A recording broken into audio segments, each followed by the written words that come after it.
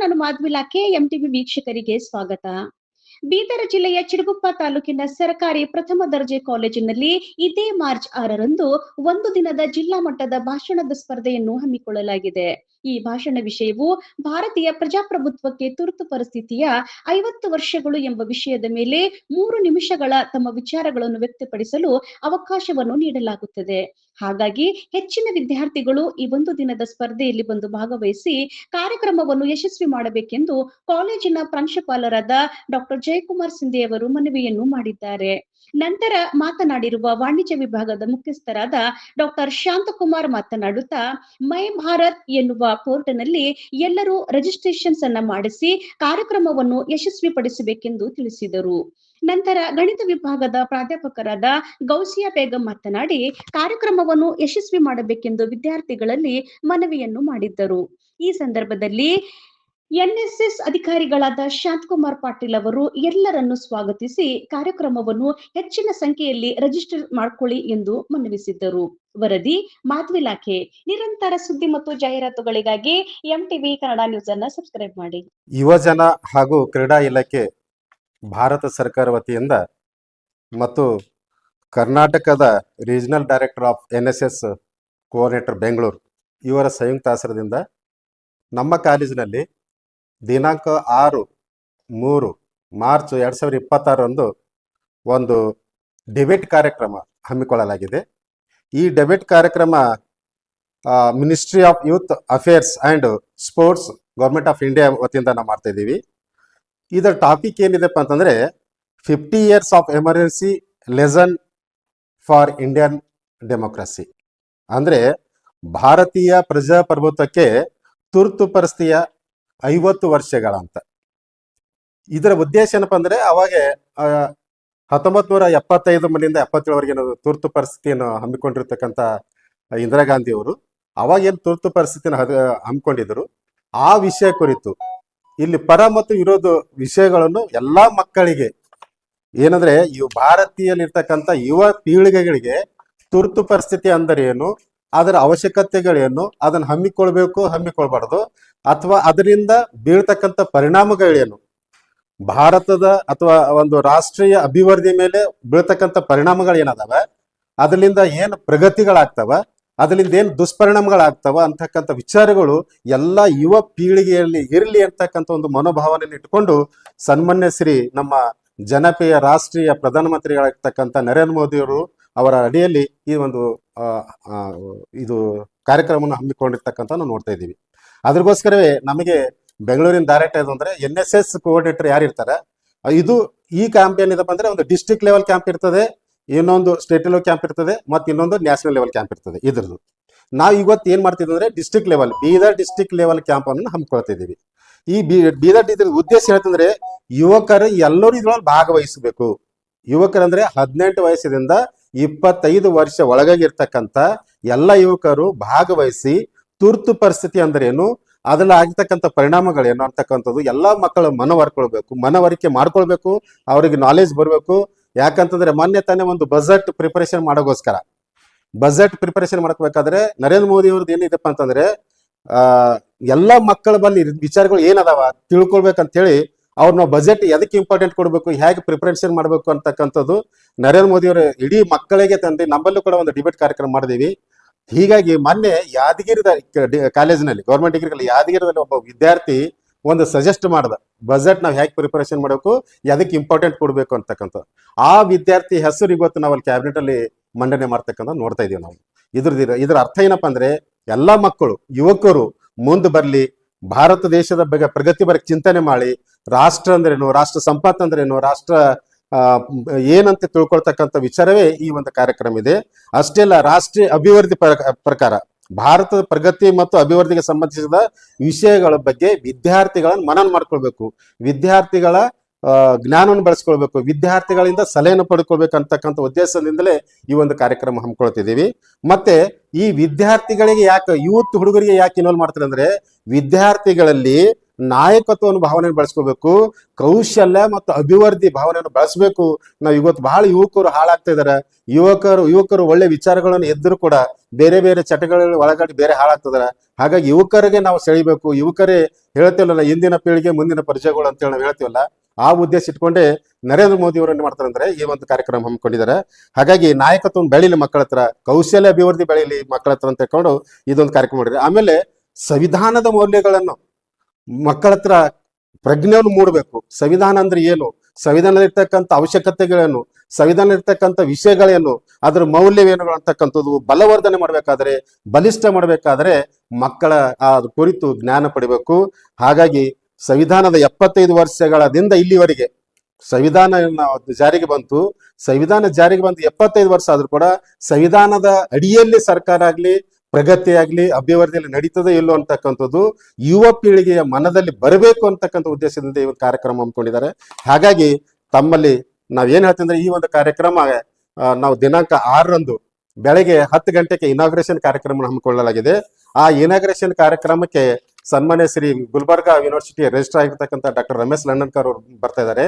ನಮ್ಮ ಬೀದರ್ ಯೂನಿವರ್ಸಿಟಿಯ ವಿಶೇಷ ಅಧಿಕಾರಿಗಳಾಗಿರ್ತಕ್ಕಂಥ ಗಬಡೆ ಸರ್ ಅವರು ಬರ್ತಾ ಇದ್ದಾರೆ. ಹಾಗಾಗಿ ಮತ್ತೆ ಇದಕ್ಕೆ ಜೂರಿ ಅಂತಕ್ಕಂಥದ್ರೆ ಜಡ್ಜಸ್ ಇದ್ದಾರೆ. ಜಡ್ಜಸ್ ಪೊಲಿಟಿಕಲ್ ಸೈನ್ಸ್ ಲೆಕ್ಚರ್ ಆಗಿರ್ಬೋದು, ಕಾಮರ್ಸ್ ಲೆಕ್ಚರ್ ಪ್ರೊಫೆಸರ್ ಆಗಿರ್ಬೋದು, ಮತ್ತೆ ಕನ್ನಡ ಪ್ರೊಫೆಸರ್ ಆಗಿರ್ಬೋದು, ಇಂಗ್ಲಿಷ್ ಪ್ರೊಫೆಸರ್, ಹಾಗೆ 5 ರಿಂದ 6 ಜೂಡಿಯಸ್ ಬರ್ತಿದ್ದಾರೆ. ಅಂದ್ರೆ ಜೂರಿಯರು ಜಡ್ಜ್ಗಳು ಬಂದಿರ್ತಾರೆ. ಆ ವಿದ್ಯಾರ್ಥಿಗಳು ಕೇವಲ 3 ನಿಮಿಷಗಳು ಮಾತಾಡಬೇಕು.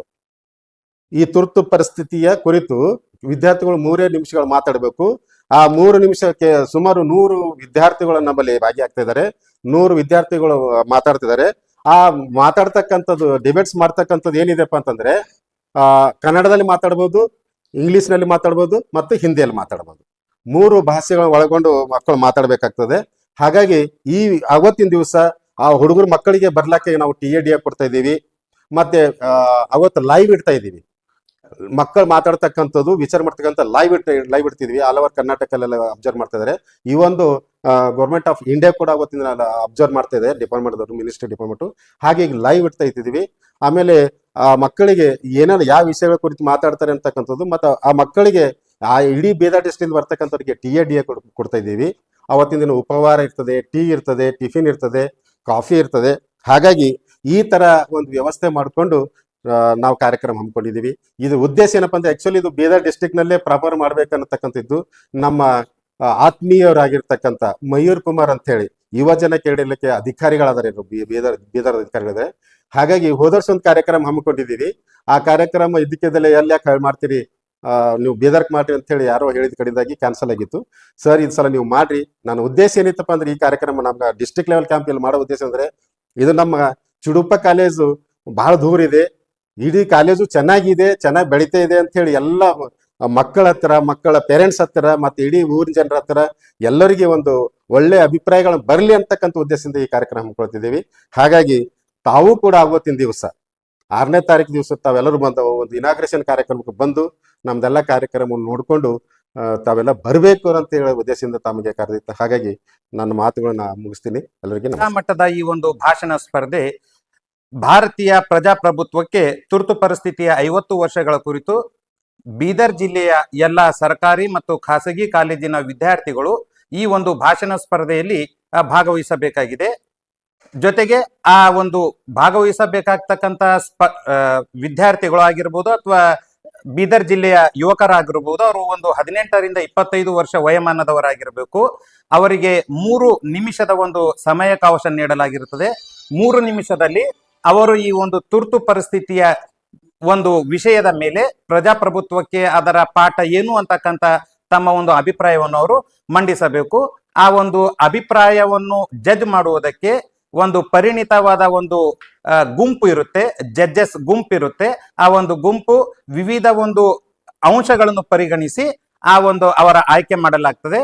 ಇಲ್ಲಿ ಜಿಲ್ಲಾ ಮಟ್ಟದಲ್ಲಿ ಆಯ್ಕೆಯಾಗಿರ್ತಕ್ಕಂಥ ಯುವಕರು ರಾಜ್ಯ ಮಟ್ಟದಲ್ಲಿ ಆಯ್ಕೆ ಆಗ್ತಾರೆ. ರಾಜ್ಯ ಮಟ್ಟದಲ್ಲಿ ಆಯ್ಕೆಯಾಗಿರ್ತಕ್ಕಂಥ ವಿದ್ಯಾರ್ಥಿಗಳು ಒಂದು ದೇಶದ ರಾಷ್ಟ್ರ ಮಟ್ಟದ ಒಂದು ಈ ಒಂದು ಚರ್ಚೆಯಲ್ಲಿ ಭಾಗವಹಿಸುತ್ತಾರೆ. ಒಟ್ಟಾರೆ ದೇಶದ ಅಭಿವೃದ್ಧಿ ಆಗ್ಬೇಕಾಗಿತ್ತು, ದೇಶ 2047ರಲ್ಲಿ ವಿಕಸಿತ ಭಾರತ ಆಗ್ಬೇಕಾಗಿತ್ತು ಅಂತಂದ್ರ ದೇಶಕ್ಕೆ ಸಂಬಂಧಪಟ್ಟ ರಾಷ್ಟ್ರೀಯ ವಿಚಾರಗಳಲ್ಲಿ ರಾಷ್ಟ್ರೀಯ ವಿಚಾರಗಳಲ್ಲಿ ಭಾಗವಹಿಸಬೇಕಾಗಿದೆ. ಹೀಗಾಗಿ ಒಂದು ಮೈ ಭಾರತ್ .gov.in ಅಂತಕ್ಕಂಥ ವೆಬ್ಸೈಟ್ ನಲ್ಲಿ ಎಲ್ಲಾ ಯುವಕರು ತಮ್ಮ ಒಂದು ಹೆಸರನ್ನು ನೋಂದಾಯಿಸಿಕೊಂಡು ಈ ಒಂದು ಭಾಷಣ ಸ್ಪರ್ಧೆಯಲ್ಲಿ ಭಾಗವಹಿಸಬೇಕಾಗ್ತಿದೆ. ಯಾವ ಯುವಕರು ಈ ಒಂದು ವೆಬ್ಸೈಟ್ ನಲ್ಲಿ ಭಾಗವಹಿಸಿರ್ತಾರೆ, ಈಗಾಗಲೇ ಹೇಳಿರ್ತಕ್ಕಂಥ ವೆಬ್ಸೈಟ್ myBharat.gov.in, ಅವರಿಗೆ ಮಾತ್ರ ಈ ಒಂದು ಭಾಷಣ ಸ್ಪರ್ಧೆಯಲ್ಲಿ ಭಾಗವಹಿಸಲು ಅವಕಾಶ ಆಗಿರ್ತದೆ. ಅಂತವ್ರು ಮಾತ್ರ ತಮ್ಮ ವಿಚಾರಗಳನ್ನು ಮಂಡನೆ ಮಾಡ್ಬೇಕಾಗ್ತದೆ. ಅಲ್ಲಿ ಆಯ್ಕೆಯಾಗಿರ್ತಕ್ಕಂಥ ವಿದ್ಯಾರ್ಥಿಗಳು 2ನೇ ಹಂತವಾಗಿರ್ತಕ್ಕಂಥ ರಾಜ್ಯ ಮಟ್ಟದಲ್ಲಿ ಹೋಗ್ತಾರೆ. ಅಲ್ಲಿ ಆಯ್ಕೆಯಾಗಿರ್ತಕ್ಕಂಥ ವಿದ್ಯಾರ್ಥಿಗಳು ರಾಷ್ಟ್ರ ಮಟ್ಟಕ್ಕೆ ಆಯ್ಕೆ ಆಗ್ತಾರೆ. ಒಟ್ಟಾರೆ ದೇಶದ ಒಂದು ವಿಕಾಸ 2047ರಲ್ಲಿ ಆಗ್ಬೇಕಾಗಿತ್ತು ಅಂತಂದ್ರೆ ಯುವಕರ ಪಾತ್ರ ಮುಖ್ಯ ಆಗಿದೆ ಅಂತಕ್ಕಂಥದ್ದು ಈ ಒಂದು ಕಾರ್ಯಕ್ರಮದ ಮುಖ್ಯ ಉದ್ದೇಶ ಆಗಿದೆ. ಈ ಒಂದು ಕಾರ್ಯಕ್ರಮ ಬೀದರ್ ಜಿಲ್ಲೆಯ ಎಲ್ಲಾ ಕಾಲೇಜುಗಳಲ್ಲಿ, ಕೇವಲ ನಮ್ಮ ಕಾಲೇಜಿನಲ್ಲಿ ಮಾತ್ರ ಈ ಒಂದು ಕಾಲೇಜು ಆಯ್ಕೆಯಾಗಿರುವುದು ನಮಗೆಲ್ಲರಿಗೆ ಸಂತೋಷದ ವಿಷಯ ಆಗಿದೆ. ಈ ಸರ್ಕಾರಿ ಪ್ರಥಮ ದರ್ಜೆ ಕಾಲೇಜಿನ ಪ್ರಾಂಶುಪಾಲರಾಗಿರ್ತಕ್ಕಂಥ ಮಾನ್ಯ ಡಾಕ್ಟರ್ ಜಯಕುಮಾರ್ ಶಿಂದೆ ಅವರಿಗೆ ನಮ್ಮ ಕಾಲೇಜು ಈ ಒಂದು ಕಾರ್ಯಕ್ರಮ ಆಯೋಜನೆ ಆಗುವುದಕ್ಕೆ ಸಹಾಯ ಆಗಿರೋದಕ್ಕೆ ಅವರಿಗೆ ನಾನು ಈ ಒಂದು ಸಂದರ್ಭದಲ್ಲಿ ಅಭಿನಂದನೆಯನ್ನು ಸಲ್ಲಿಸ್ತೀನಿ. So we cordially invited the students from various colleges of Bidar districts, and the topic is given already. The competition will be held on the 6th March 26 at 10 a.m. in the morning hours, and the participant can register through the link mybharat.gov.in, and also spot registration is also available, and the attractive prizes and the certificate will be awarded to the winners and the participants. So no, there is no restrictions, and we are providing the breakfast, tea, lunch and all. So for the participant, jury members will be there, and 3 to 5 minutes will be given, and depends on the jury members. We have categorized 100 marks for that. That marks will be distributed depends on 100 marks will be awarded. Content should be relevant for 20 marks, and clarity of the structure 15 marks, and verbal communication and body language for 25 marks, and innovation and creativity 20 marks, language and fluency 10 marks, and adherence to the time 10 marks. Total it covers 100 marks. So prizes will be distributed, also the certificates. So if they continue for they are getting the prizes, they go for the state level, then for the next level. Thank you.